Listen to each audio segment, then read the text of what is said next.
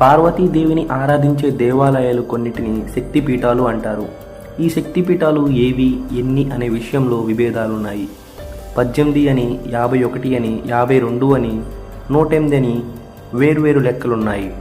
అయితే 18 ప్రధానమైన శక్తిపీఠాలను అష్టాదశ శక్తిపీఠాలు అంటారు. సతీదేవి శరీరం 18 ముక్కలై 18 ప్రదేశాల్లో పడ్డాయని, వాటినే అష్టాదశ శక్తిపీఠాలు అంటారని మన పురాణాలు తెలుపుతున్నాయి. ఈ శక్తిపీఠాలు భారతదేశంలో సహా శ్రీలంక, పాకిస్తాన్, నేపాల్ వంటి 3 దేశాలలో కూడా ఉన్నాయి. వాటిల్లో ఒకటి కాశ్మీర్లో ఉండగా మరొకటి శ్రీలంకలో ఉంది.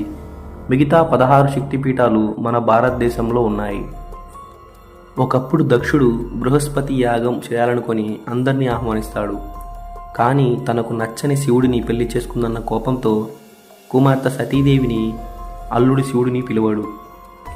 అయితే తండ్రి యాగం చేస్తున్నాడని తెలిసి పుట్టింటి వాళ్ళు ప్రత్యేకంగా పిలవాలా ఏంటనే ఆలోచనతో ప్రథమగణాలను వెంట పెట్టుకుని యాగానికి వెళ్ళిన సతీదేవి అవమానానికి గురవుతుంది. తండ్రి చేస్తున్న శివనిందని సహించలేక యాగాగ్నిలోకి దూకి ప్రాణం తీసుకుంటుంది. ఆగ్రహంతో ఊగిపోయిన శివుడు తన గణాలతో యాగశాలను ధ్వంసం చేశాడు. సతీ వియోగంతో ఆమె మృత శరీరాన్ని అంటిపెట్టుకుని తన జాగద్రక్ష కార్యాన్ని పక్కన పెట్టాడు. దేవతల ప్రార్థనలు విన్న శ్రీ మహావిష్ణువు సుదర్శన చక్రంతో ఆ దేహాన్ని ఖండాలుగా చేసి శివుడిని కార్తవ్యోన్ముఖుడిగా చేశాడు.